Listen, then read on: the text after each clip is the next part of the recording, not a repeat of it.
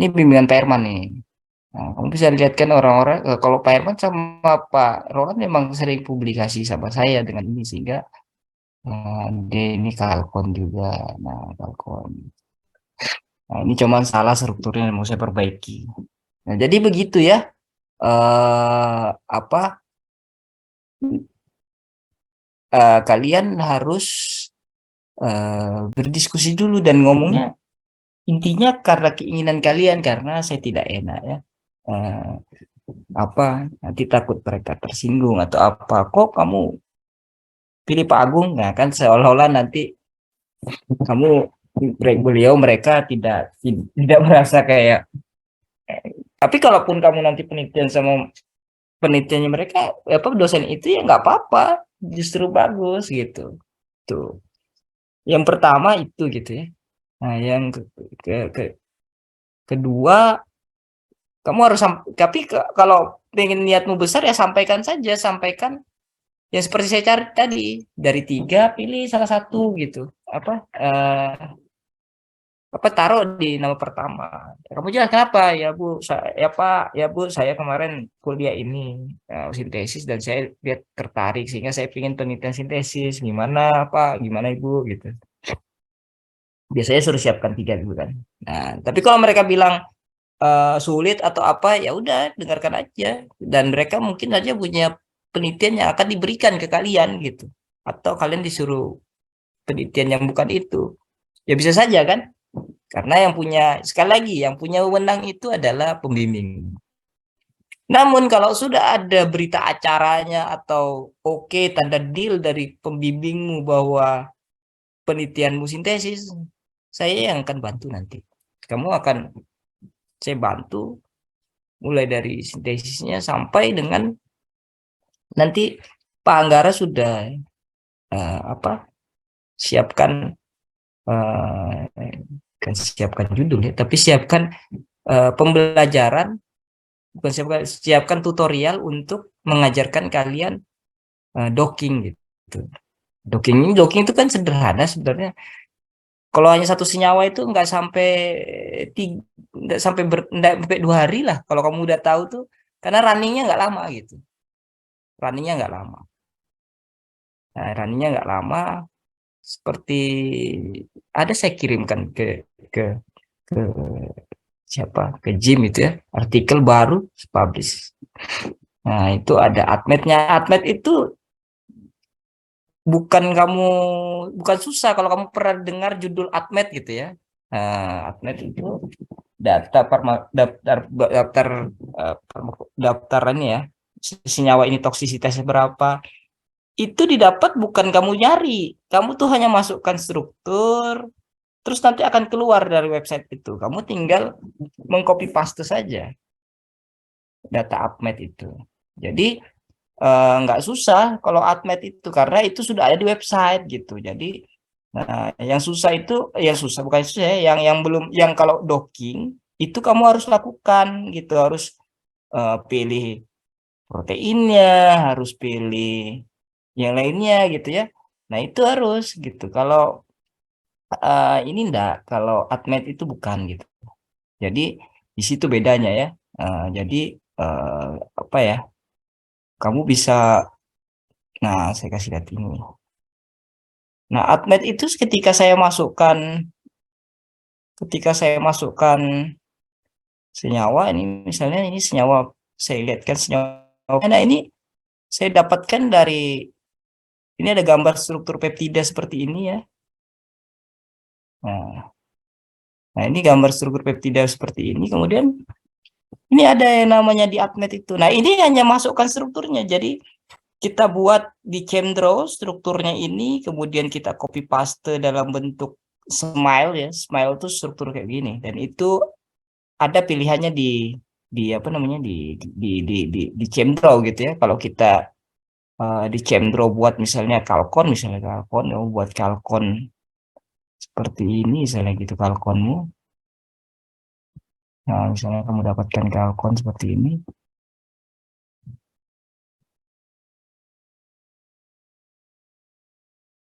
ya. Misalnya kalkonmu begini lah ya. Ada CL, C. L. Wah, misalnya kamu punya struktur seperti ini.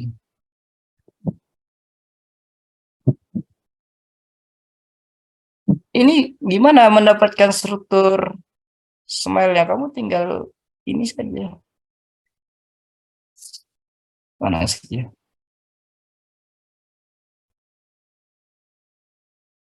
Bentar, saya kok jadi lupa nih. Nih, copy as nih. Nah, copy as smile, kalau kamu copy itu, nah jadi dalam bentuk begini jadi struktur ini smile-nya begini. Nah, ini yang dimasukkan di website itu. Nah, di website nanti akan mengeluarkan ini. Ini molekul weight-nya berapa, alok P-nya, bond reseptor. Tentang ADMET ini datanya hanya tinggal gini, hanya masukkan ini aja di website-nya, keluarlah ini semua. Jadi kamu tuh enggak capek-capek harus, kamu yang capek itu hanya membuat struktur dan mengcopy pastenya ke website ini. Nah, sehingga di sini ya kalau kamu lihat nah ya ADMET begini ya. Jadi kalau docking kamu ketik aja sintesis terus ada dockingnya pasti biasanya ada ADMET. Ini prediksi ya.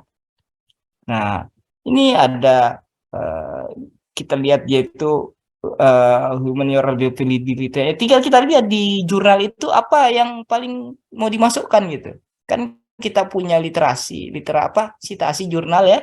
Di jurnal itu apa yang perlu dimasukkan. Ini data-datanya begini.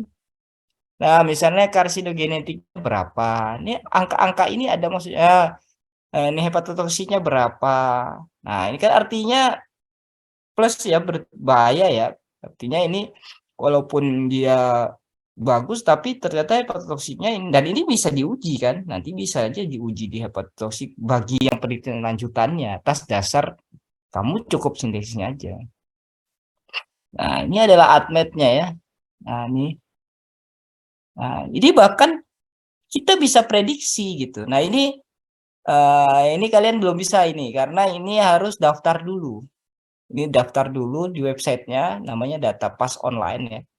Jadi kalau saya masukkan struktur gitu, pakai pakai tadi itu Smile, itu akan kelihatan senyawa itu potensinya apa. No, anti eksematik ini apa sih? Semakin PA-nya ini mendekatin satu, semakin tinggi kemungkinannya. Nah, oh ternyata antibiotik, bah ini biasanya berarti arahnya ke antimikroba kalau antibiotik atau antibakteri ya, golongan glikopeptide. Nah, ini ya ada ini juga ada nih di ADMET itu. Nah, berapa ikatan hidrogennya ya. Nah, ini yang paling paling sering itu dikeluarkan yang GPCR ligand, protease inhibitornya gimana, enzim inhibitornya berapa. Ini biasanya dikeluarkan dan itu strukturnya berdasarkan tadi. Jadi ini hanya ini ya original smiles. Jadi kita hanya masukkan smilesnya maka keluar semua data-data ini. Jadi yang benar-benar kamu kerja itu hanya sintesis. Jadi kalau misalnya nanti skripsinya sintesis dikombinasikan dengan docking dan ADMET ini. Tapi kalau yang ke arahnya farmakologi bagus pakai ADMET gitu. Biar kefarmasiannya itu jelas gitu. Itu baru itu satu senyawa ya, satu senyawa kalau satu senyawa saya keluarkan. Nah, ini kan saya buat banyak senyawa nih. Jadi saya punya tuh ada berapa senyawa? Ada 8 senyawa ini. Saya sudah cari semua ADMET-nya. Nah, itu tadi ADMET yang data senyawa struktur. Nah, kalau yang ini gimana? Ya, ini beda lagi. Nah, ini data-datanya sudah juga dilihat gitu ya. Nah, ya, NB toxicity. Jadi kalau punya, nah ini kan rata-rata mirip senyawanya, cuman beda angkanya. Tadi 8,2, ini 8,4. Nah, jadi ya seperti itulah gambaran sintesis yang mau dilakukan gitu ya. Kalau terkait senyawanya, saya berikan nanti bisa yang bisa saya berikan adalah senyawanya itu yang pasti tidak akan semuanya itu eh, kalkon gitu ya. Tidak semua juga kalkon dan tidak semua juga eh, pirazol. Jadi harus ada pirazol, ada kalkon, ada yang flavonoid atau peptida. Nah, jadi saya cerita lagi. Saya cerita aja supaya kamu punya gambaran sebelum kamu lakukan. Nah, ini yang saya sedang lakukan dalam 2 minggu kemarin gitu. Mulai tanggal berapa? Nah, saya membuat senyawa ini. Nah, ini bentuknya begini. Ada sampai G. Nah, itu senyawanya. Tapi ini belum jadi. Yang D ini belum jadi. Nah, kamu bisa lihat hasilnya. Ini yang saya hasilkan. Ini sudah kita hasilnya. Nah, ini dari 6 kalkon itu ini. Nah, ini kan gampang sekali dipisahkan ini. Ini warna ini dia sudah habis pada yang D ini gitu. Ini adalah senyawanya kalkon. Ini kalkon A. Ini masih ada tapi bahannya, tapi ini kan jauh nih. Maka kita kolom aja mudah pisah. Gitu juga ini kalkon B. Ini kelihatan jelas. Ini kelihatan jelas. Nah, ini berbeda ya karena tebal banget gitu ya. Nah, ini yang paling bagus nih. Ini murni nih. Ini ya, murni nih. Tanpa di kolom ya murni nih. Kelihatan banget bedanya kan? Nah, itu maksudnya acetophenon di aldehidnya ini kalkonnya. Nah, ini menunjuk ke kamu kan kemarin nggak begini kan? Waktu praktikum kan? Nah, ini saya tunjukkan. Ini yang saya kerjakan 2 minggu kemarin. Dalam 2 minggu saya bisa dapat 6 ini. Nah, ini yang sudah murni nih. Ini satu dan ini nih. Ini beda nih. Ini kelihatan jelas. Nah, itu bentuk KLT-nya. Nah, ini juga, tapi ini masih ada di daerah sininya nih. Sehingga ini belum murni. Terlebih lagi yang di bawahnya. Nah, di bawahnya ini, nah ini masih ada sama. Tapi kalkonnya itu kelihatan kalau di kalau KLT itu kelihatan jelas warnanya kuning gitu, kuning ada yang coklat gitu. Nah, dia sudah ada 6. Nah, itu jadi apa itu yang kalau mahasiswa saya kemarin ini yang di FKIP itu saya suruh buat 3 senyawa dia. Tapi kalkonnya berbeda. Kalkonnya nggak gitu. Tuh, ini kalkonnya begini tuh. Ini 3 senyawa. Ada 4 orang ya. Buat satunya saya suruh nguji. Nah, cari yang gampang-gampang aja.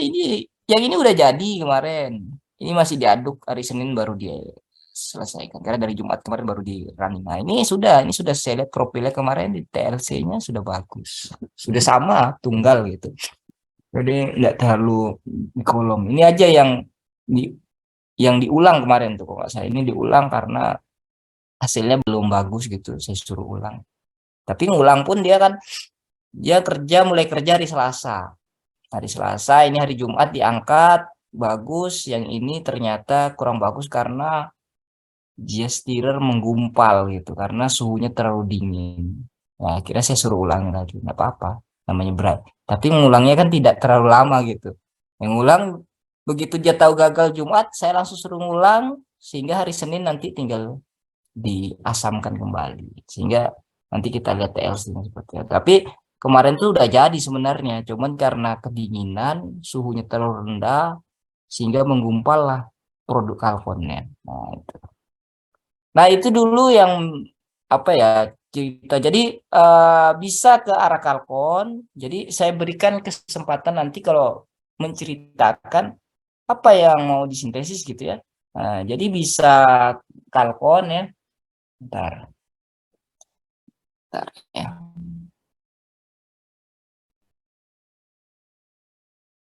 Kecuali memang ada yang sudah saya bilang kemarin ya.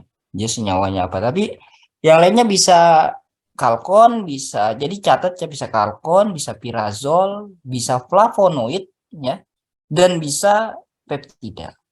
Nah, ini seperti ini saya sudah siapkan nih. Kamu bisa lihat kan ini. Nih, nih skripsi kan atau hmm, ya ini skripsi ini kalau nggak salah saya siapkan untuk mahasiswa ini. Nah, jadi beberapa skripsi, jadi kita punya peptida, nah itu saya suruh sintesis peptidanya gitu. Nah, Jadi ada peptida yang mau disuruh sintesis gitu. Jadi kamu ya tinggal mensintesis aja gitu ya. Nah, jadi nanti dari sini, dari jurnal-jurnal ini ada beberapa. Jadi jurnal ini adalah landasan gitu ya. Landasan apa sih maksudnya begini? Kamu mensintesis itu kan pasti ada maksudnya kenapa? Nah, karena di sini dia bersifat antioksidan. Nah, siapa yang antioksidan tuh? Kamu bisa lihat di sini. Nah, ya. Jadi kamu sudah saya carikan jurnalnya gitu. Sehingga tinggal mencari gitu ya. eh, Bagaimana? Tentu saja tadi saya ajarkan gitu. Dan alatnya sudah ada sebenarnya. Nah, ini ya. Misalnya ini PF1, PF3, ini siapa gitu. Ternyata kita lihat di sini sequence-nya itu urutannya apa. PF1, PF2, PF3, PF4 tuh ini kan antioksidan nih. Nah, kamu bisa lihat nanti siapa itu gitu. Nah, di sini saya lupa jurnal ini apa isinya apa. Tapi ada di sini karena saya ketika saya simpan itu artinya itu memang saya siapkan gitu. Nah, bisa juga banyak kok kemarin tuh saya carikan tuh. Nah, misalnya ini juga ya. Nah, jadi yang diambil tuh misalnya ini nih, nih. The peptide sequence GRF NSCA ini adalah asam amino. Ini kode asam amino ini. A itu alanin gitu, glisin. Nah, kamu kemarin kan kalau apa namanya kalau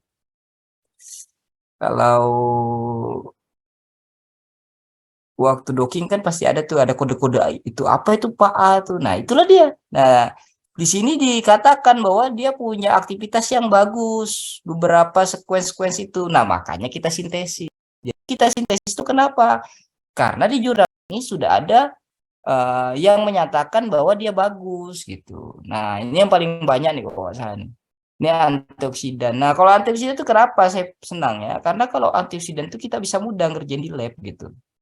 Nah, contoh ini ya. Nah, ini.